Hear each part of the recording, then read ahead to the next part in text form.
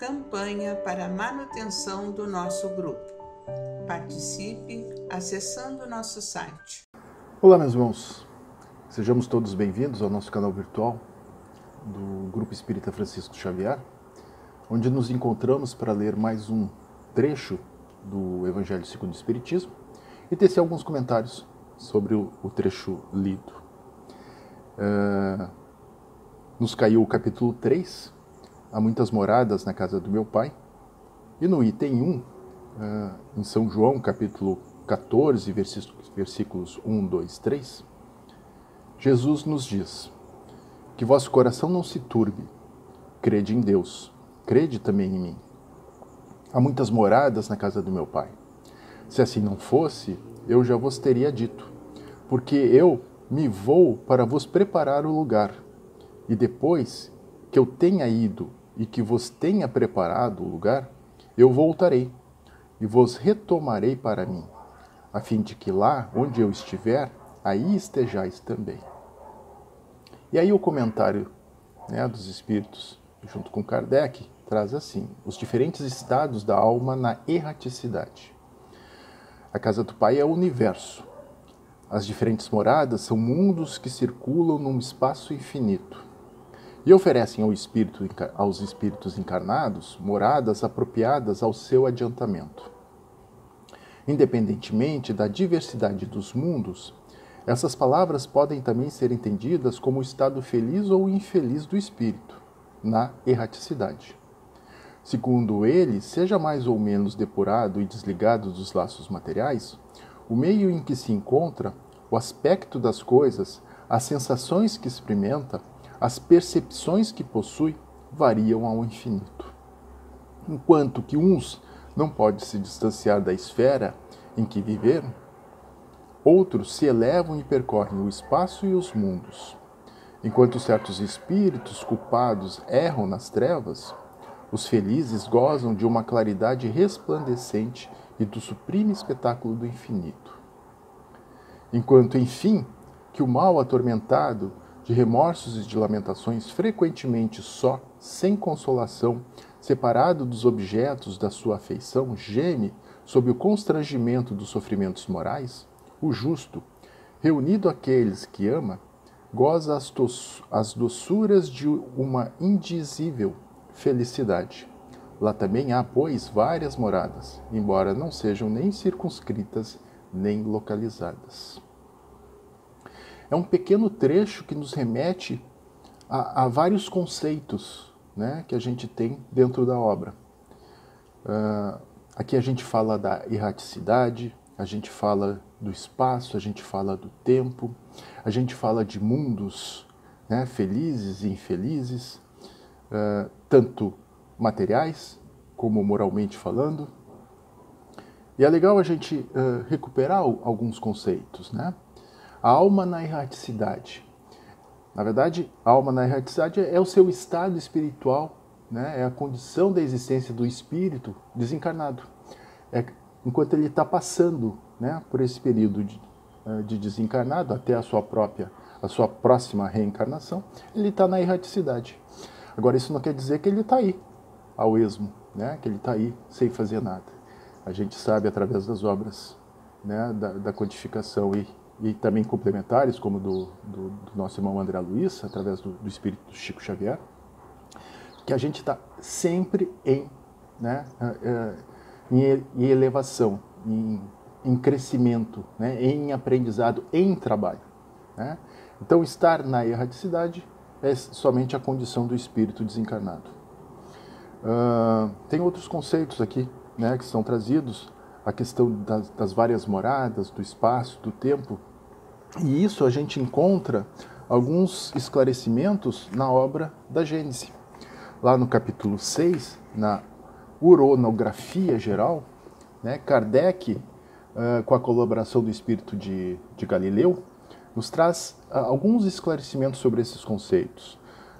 Alguns, como tempo e espaço, por si só já são autoexplicáveis, mas ele coloca que, no caso do espaço, é a distância entre dois corpos, é o espaço entre os dois corpos.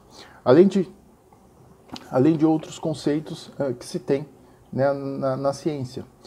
Mas o tempo, né, o tempo é apenas uma medida relativa da sucessão das coisas transitórias. A eternidade não está sujeita a nenhuma medida do ponto de vista da sua duração, pois para ela não existe começo nem fim. Para a eternidade, tudo é presente, como o infinito. O conceito do infinito, do espaço, ele é infinito. Então, na medida em que a gente sabe, né, que o tempo é eterno e o espaço é infinito, o universo é o quê? É a criação divina de Deus. E a ele é completamente, é quase impossível de a gente mensurar. A gente tem que lembrar que o universo é composto de estrelas. Lembramos, né, daquele conceito básico de colégio, que estrela é aquele astro que tem luz própria, né, que emite luz própria. Se a nossa Via Láctea, onde a Terra se encontra, né, no sistema solar, tem mais ou menos entre 200 e 400 bilhões de estrelas, né? E no universo, né, os cientistas pensam algo em torno de centenas de bilhões, né? Nós temos quase 10 sextilhões de estrelas. Os números são complexos demais. E aí a gente volta, né, para a origem do nosso texto. Há muitas moradas na casa do nosso Pai. Só nós que existimos nesse vasto universo que a gente hoje consegue perceber através dos instrumentos científicos? Será que Deus criou toda essa imensidão de oportunidades, né, de maravilhas, só para a gente ficar contemplando o céu? Não tem sentido isso. E Cristo, quando chega entre nós, nos mostra exatamente isso, nos diz exatamente isso, que nós temos muitas moradas. E essas moradas, cada um tem a sua característica, tem o seu objetivo e tem seus espíritos que ali estão naquele momento se desenvolvendo. Quando o Cristo nos traz que nós temos muitas moradas, na própria morada onde nós vivemos hoje, que é a Terra, nós temos diferentes tipos de processos evolutivos. A Terra a gente já sabe que é um mundo de provas e expiações e que está num processo de transição. E nós estamos também nesse processo de transição. Todos? Não sei, acredito que não. Mas nós que estamos aqui neste momento, nós que buscamos na doutrina espírita o Consolador prometido, como está aqui no capítulo 5 do Evangelho, aquele que nos ampara, aquele que nos consola, aquele que nos abraça, aquele que alivia as nossas dores, nossas aflições, nós com certeza estamos no caminho, né, num caminho mais correto, num caminho mais adequado, num caminho mais num caminho que nos auxilia nesse processo de entendimento da nossa situação de espírito imperfeitos que somos. Quando nós olhamos para o lado, quando nós olhamos para o nosso próximo, quando nós olhamos, né, quando a gente estende o nosso olhar um pouquinho mais adiante, a gente percebe as diferentes condições, né, que todos os seres encarnados se encontram. Ou seja, dentro de um mesmo planeta, né, que a gente vive, a gente vai encontrar diferentes condições de evolução dos espíritos. Olha como é vasto o aprendizado que a gente tem com o esclarecimento que a doutrina nos dá. Porque antes de entrarmos no processo, né, do véu caindo dos nossos olhos, nós tínhamos duas dimensões básicas, o céu e o inferno. Ou nós éramos bons e íamos para o céu, ou nós pecávamos e íamos para o inferno. E qual o sentido disso? Vivemos eternamente nessa condição? Enquanto que ao nosso lado nós temos diversidades várias, a partir da essência de um pai, que é bom e justo, onde está o sentido de tudo isso? Quando o Espiritismo nos é apresentado por Kardec, através do Espírito da Verdade e sua falange, a gente começa a compreender que nós somos muito mais do que certo e errado. Nós somos um processo contínuo de evolução, de acertos e erros, que nos fortalecem a cada dia. Nós somos consequências dos nossos passados, que graças a Deus nós temos, neste momento, um esquecimento temporário. Porque seria impossível convivermos com os nossos próximos, com aqueles que trabalham com a gente e até com a gente mesmo. Imagine, meus amigos, se a gente pudesse ter a clareza de tudo que a gente já fez em todo o nosso processo evolutivo. Nas leituras que nós fazemos complementares, a gente sabe que mesmo espíritos já um pouco mais evoluídos, um pouco mais cientes da sua condição, né? E na preparação dos seus processos reencarnatórios, eles são levados a resgatar, né? a recuperar informações de reencarnações anteriores, exatamente para fortalecer o seu processo reencarnatório. E essa condição é limitada à sua capacidade de compreensão, de entendimento, de sentimento. E isso são de poucas reencarnações, a gente não consegue ir a fundo a todas elas. É muito complexo tudo isso, mas é muito belo também, porque a gente tem essa possibilidade de, a cada reencarnação, tentar se resgatar, tentar se recuperar, tentar se aperfeiçoar, se tornar perfectíveis, como Jesus nos disse. Ele nos disse também que nós podemos fazer tudo o que Ele fez e muito mais. Mas para chegarmos a essa condição, possivelmente, nós vamos ter muitas reencarnações pela frente. E essa condição, ela só vai acontecer na medida em que a gente, conscientes do nosso eu, da nossa condição, do nosso momento, aceitarmos todas as questões planejadas, todas as situações planejadas e nos aperfeiçoar. O Espiritismo está aí para nos consolar.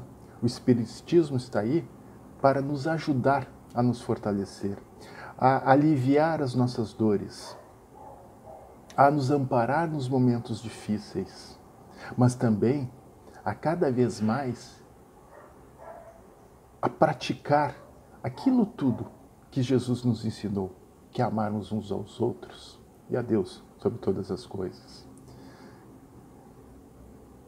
Quantas palestras, quantas conversas, quantas leituras nós tivemos em todo esse período. E os temas, eles variam, né? Dentro de uma linha onde se busca entender, compreender e praticar o amor, a caridade, o respeito, o equilíbrio, o dinamismo que essa falange do bem, que os nossos espíritos protetores, que a equipe espiritual daquela casa nos apresenta a todo momento, nos disponibiliza a todo momento. Se estamos distantes materialmente, estamos em espíritos muito próximos. E precisamos, aí sim, desenvolver a nossa prática constante no melhoramento. Nós precisamos, sim, meus irmãos, fazer o nosso dia a dia uma possibilidade de crescimento, de ajuda. Nós precisamos diferenciar, né, o certo do errado. E como diz aqui o texto, nós podemos estar num mundo feliz ou num mundo infeliz, num momento feliz e num momento infeliz. Mas a gente tem que lembrar que as possibilidades são infinitas e que nós somos eternos. Voltamos novamente ao conceito do espaço e do tempo. E o Pai, a essa condição nos permite estar aqui hoje, amanhã em outra condição e acolá em outro mundo. Não importa o mundo que nós estamos, mas importa sim o nosso progresso contínuo, constante, sereno e equilibrado.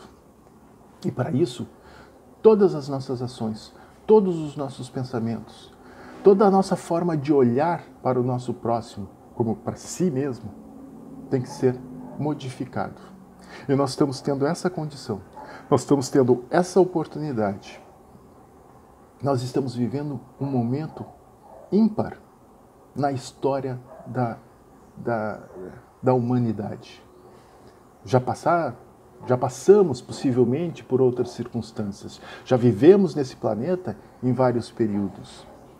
Hoje não lembramos, mas com certeza, como já é dito muitas e muitas vezes aqui através desse canal, esse é o nosso melhor momento. Aí a gente pensa, puxa, mas eu estou sofrendo tanto, puxa, eu estou com tanta dificuldade, puxa, eu estou sem emprego, eu não consigo fazer nada, eu estou em desespero. Ou eu já me sinto um pouco melhor, eu já estou numa condição melhor, ou eu tenho a felicidade de dessa reencarnação estar numa condição mais tranquila. Não importa a condição que a gente se encontra, mas importa sim como nós vamos lidar com ela. O Evangelho nos ensina, né, e o Cristo nos fala, né, que sejamos todos bem-vindos, que sejamos todos recebidos de braços abertos por esse nosso irmão maior, mas no momento em que a gente reconhece essa nossa condição, que a gente compreende essa situação e entende que não é por acaso. Tudo tem um motivo. Existe uma lei de causa e efeito. Existe o nosso pedido, existe o nosso planejamento espiritual. Existem situações que nós criamos durante a nossa existência terrena e que nós devemos resolver, que nós devemos passar e que nós devemos compreender os nossos erros e buscar os novos acertos. Isso faz parte do nosso aprendizado. E a doutrina nos proporciona essa tranquilidade em lidar com todas essas circunstâncias, por mais penosas, difíceis e complicadas que elas sejam. Ninguém está aqui a passeio. Nós não estamos ao esmo aqui nesse processo reencarnatório. Nós precisamos trabalhar, nós precisamos estudar, nós precisamos desenvolver o nosso raciocínio lógico em cima de todas as coisas que se encontram. O Espiritismo nos permite exatamente isso, nos desenvolvermos, nos compreendermos para podermos compreender o nosso próximo. Quando nós começamos a olhar os nossos irmãos de forma diferente, e não só julgando, mas principalmente compreendendo, consolando, ajudando materialmente ou espiritualmente, através de uma prece, não importa, cada um nas suas condições, nós começamos a mudar a vibração desse planeta. Sim, o caminho ainda é longo, mas todos nós unidos vamos fazer com que esse processo de regeneração chegue logo ali na frente, porque nós certamente vamos passar por eles. Ninguém dá um passo maior, né, do que o seu desenvolvimento. Então, meus irmãos, vamos escolher os mundos que nós queremos viver. Nós temos essa oportunidade, nós temos essa clareza, nós temos esse esclarecimento, nós temos o Evangelho, nós temos o Espiritismo, né, codificado pelo nosso irmão Allan Kardec e ditado pelo Espírito da Verdade. Por isso, vamos aproveitar tudo isso que está nas nossas mãos. E seguindo através desse processo de comunhão do amor que vem do Pai, nós vamos elevar nossos pensamentos neste momento a preces e radiações. Irmãos, vamos unir nossas almas confiantes para dedicar nosso pensamento e sentimentos fraternos para quem precisa, quem está carente de saúde e de paz. Convidamos todos os irmãos a manterem seus corações e pensamentos vibrando nas preces que faremos a Deus a partir deste momento, em favor daqueles que endereçarmos nossas vibrações. Prece para os enfermos. Neste momento, abrimos uma corrente de vibrações em benefício de nossos irmãos enfermos, que se encontram em nossas casas, hospitais, casas de caridade e demais locais onde se acham passando por dolorosas provações. Senhor, pedimos alívio para estes irmãos, que o teu infinito amor permita que os divinos mensageiros possam deles se aproximar, suavizando-lhes o sofrimento. Senhor, se as tuas leis permitirem, que possam recuperar a saúde e tenham muita coragem e esperanças sob a tua misericórdia infinita. Prece para os desencarnados. Pai, lembramos com muito carinho dos nossos irmãos desencarnados, pedindo tuas bênçãos a estes irmãos queridos, que possam despertar para a realidade espiritual sobre a luz da verdade e do teu sublime amor. Que se esclareçam, que se libertem de todas as perturbações, reanimem-se e progridam, envolvidos na força da tua amorosa proteção. Prece para os lares. Pai, precisamos que teu amor ilumine os nossos lares, afastando as trevas da incompreensão dos vícios, do sofrimento, das perturbações espirituais. Ajuda-nos, Pai, a compreender que somos teus filhos, formando uma família com quem temos a necessidade de aprender a amar, auxiliando-nos uns aos outros. Que em nossos lares reine a harmonia e a paz sob as tuas bênçãos divinas. Prece para a paz no mundo. Em ti, Senhor, está a luz suprema do bem e da paz que governa o universo. Abençoa os dirigentes de todas as nações, especialmente os do nosso país, que saibam governar bem sob a tua proteção, no sentido da ordem e da fraternidade universal. Prece de encerramento. Graças, Senhor, por estes momentos felizes e pela assistência amorosa dos bons espíritos. Abençoa-nos, seja feita a tua vontade, despede-nos na tua paz. Assim seja. Campanha para a manutenção do nosso grupo. Participe acessando nosso site